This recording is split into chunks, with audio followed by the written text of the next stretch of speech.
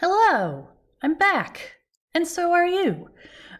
So we will start set B, which is really just one new topic and then a couple of new assignments.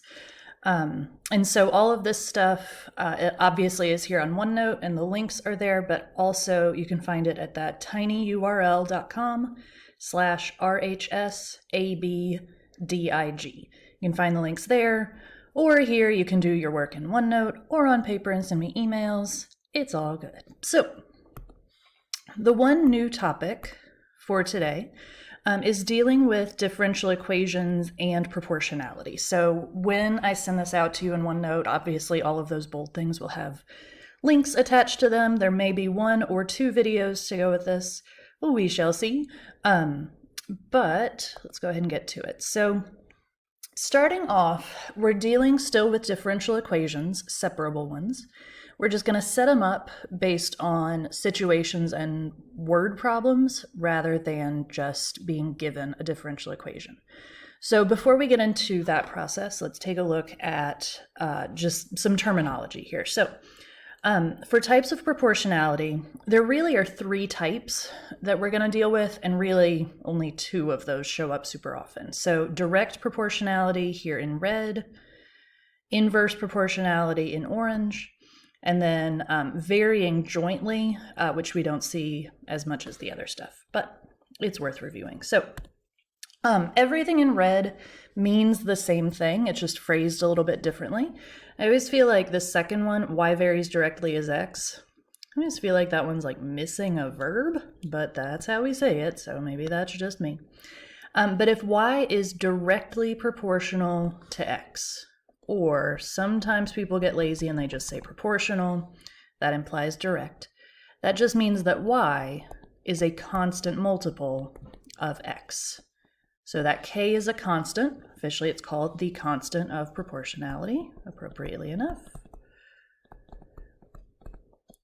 And so the work that we do, we're going to be finding, in most cases, we're going to be finding a value of c, like we did in a lot of the other problems, but also we're going to have to probably find this constant of proportionality k as well.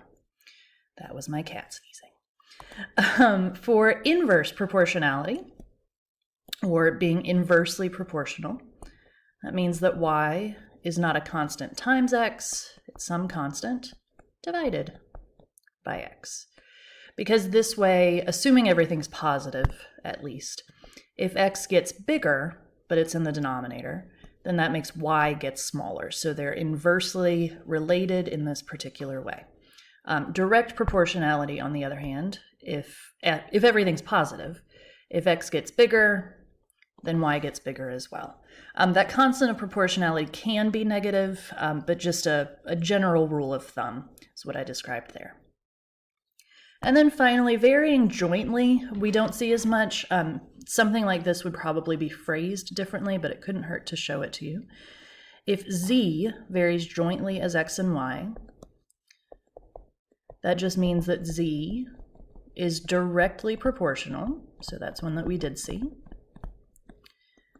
to the product of x and y. Just saying varying jointly is a little bit faster than saying it's directly proportional to a product, but they do mean the same thing. So in this case, z is directly proportional, so that's k times, in this case, the product of x and y. Like I said, we don't see that one as much as the others, but hey, couldn't hurt.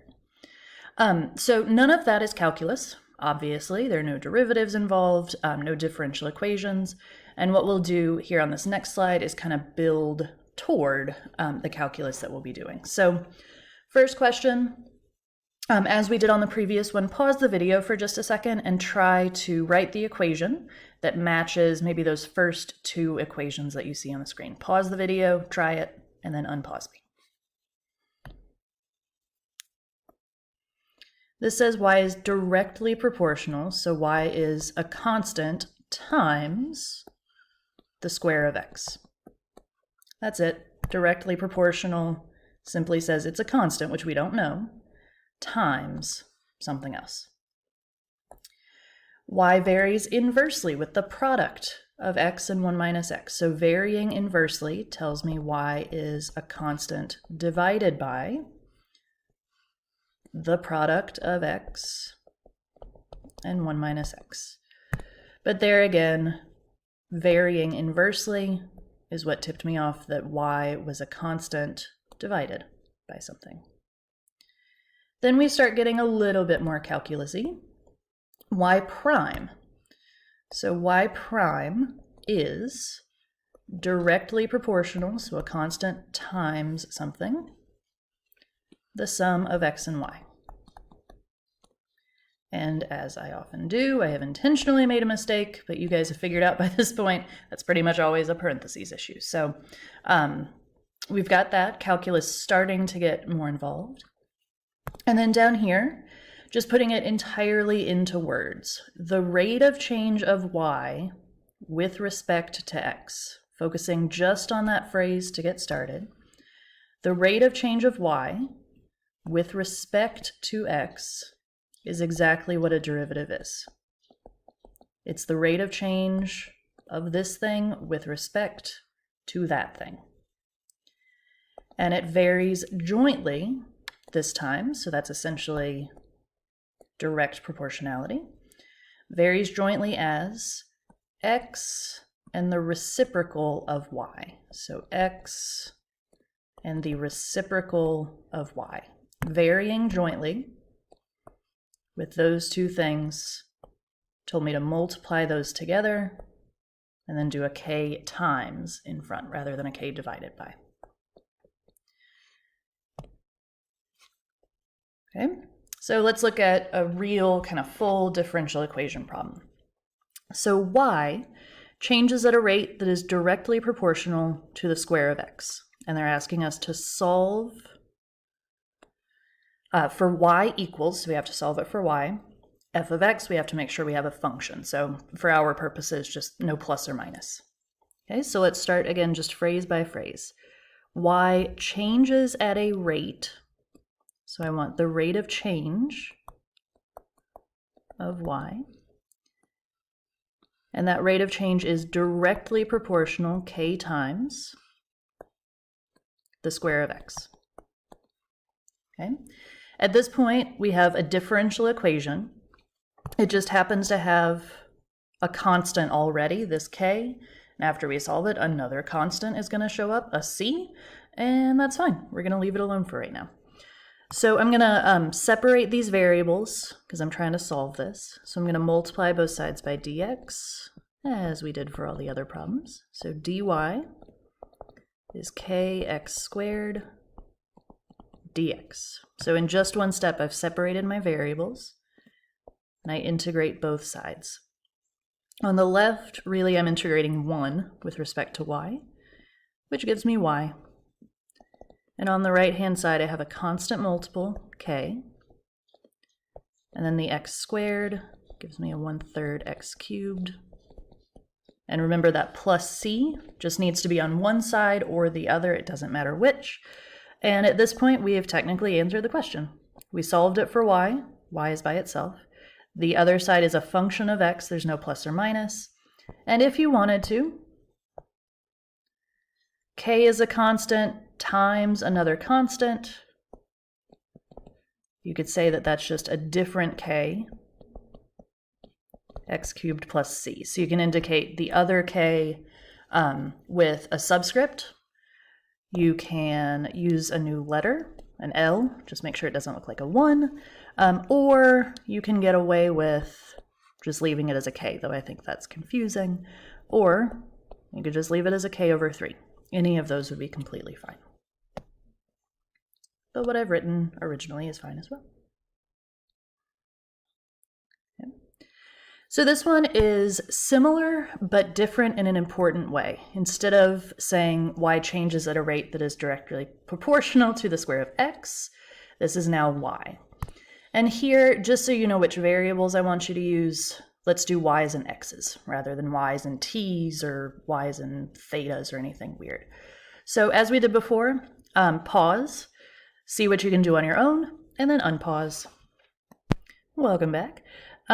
So I set up my differential equation. Here, since x was the independent variable, that's why I did a dy dx. That's why x's showed up.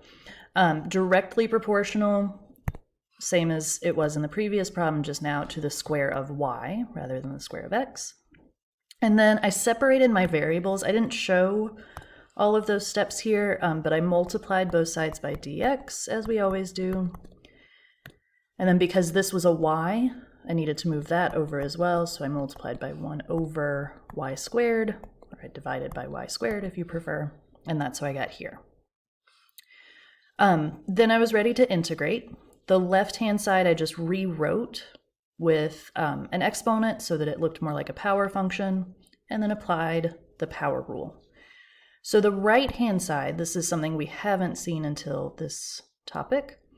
The right-hand side has the constant of proportionality, k. It also has the constant of integration, c. For this problem, there's not enough for us to figure out what those are, but for problems we'll see today, we'll have to do some work to find both of those. I multiplied both sides by -1, so that gave me this. And then to get rid of this 1 over y, I just took the reciprocal on both sides, which flipped the right-hand side upside down. So the way I've written this is completely fine, and it kind of keeps track of what happened to my constants along the way. But as we saw a minute ago, if k is a constant, the negative k is just a different constant. So maybe I'll call that L. If c is a constant, then negative c is a constant. So maybe I would call that D. Both of those are totally fine. The reason I took it that far was because the instructions had told me solve it for y equals f of x. If it hadn't told me that, then I really could have stopped right there as soon as the differentials, the dx and the dy, were gone. That's my cat. On here, the link on the video, obviously you can't click on, but in your OneNote, if you just would prefer to work on hard copy because the next few things have graphs and stuff, then there's a link in your OneNote where you can download it. But of course it is in OneNote as well. What I am going to do, I'm going to pause this video. That's a decent stopping place, and then we'll take a look at some like actual word problem examples. So there will be a second video, maybe a third. We'll find out. See you in a bit.